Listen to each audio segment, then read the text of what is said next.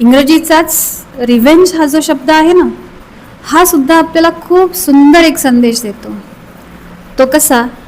तर रिव्हेंज या शब्दात मध्ये जी अक्षरं आहेत त्या अक्षरातून 3 छोटे छोटे शब्द तयार होतात. ती कोणती? तर पहिला शब्द होतो never, NEVER, never, EVEN, even आणि EVER, एव्हर. तर काय बरं असा अर्थ होत असेल या 3 शब्दांचा? आपण खूप वेळा रिव्हेंज हा शब्द बघतो, वाचतो, म्हणतो, पण कधीही आपण त्याच्याकडे लक्षपूर्वक बघत नाही की हा आपल्याला काय सांगतोय. खरं तर शब्दांमध्येच शब्दांचे अर्थ दडलेले असतात, फक्त ते आपल्याला शोधून काढावे लागतात. तर आज मी तुम्हाला रिव्हेंज या शब्दाचा अर्थ सांगते, काय असतो ते. खूप छान अर्थ आहे त्याचा. तर रिव्हेंजमध्ये हे जे 3 छोटे छोटे शब्द निघतात, नेवर, एव्हर आणि इवन, हे आपल्याला सांगतात की you can never ever even your score with revenge. म्हणजे रिव्हेंज घेऊन तुम्ही तुमचा जो स्कोर आहे ना, की मी याला मारलं, मग तो मला मारेल, मग परत मी त्याला मारायचं, हे जे चक्र आहे, हा जो स्कोर आहे, हा आपण रिव्हेंज घेऊन कधीच बराबर का नहीं कर सकते. स्कोर बराबर रिव्हेंज से नहीं होता है, स्कोर बराबर फॉरगिवनेस से होता है.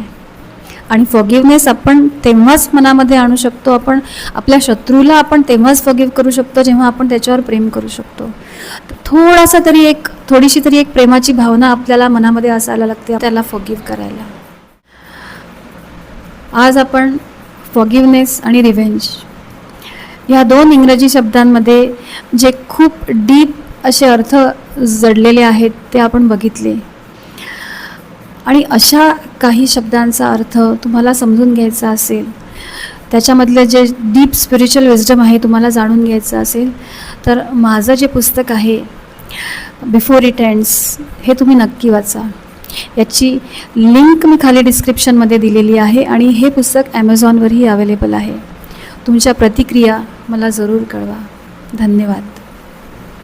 इंग्रजीचाच रिव्हेंज हा जो शब्द आहे ना, हा सुद्धा आपल्याला खूप सुंदर एक संदेश देतो.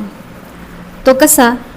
तर रिव्हेंज या शब्दात मध्ये जी अक्षरं आहेत त्या अक्षरातून 3 छोटे छोटे शब्द तयार होतात. ती कोणती? तर पहिला शब्द होतो never, NEVER, never, EVEN, even आणि EVER, एव्हर. तर काय बरं असा अर्थ होत असेल या 3 शब्दांचा? आपण खूप वेळा रिव्हेंज हा शब्द बघतो, वाचतो, म्हणतो, पण कधीही आपण त्याच्याकडे लक्षपूर्वक बघत नाही की हा आपल्याला काय सांगतोय.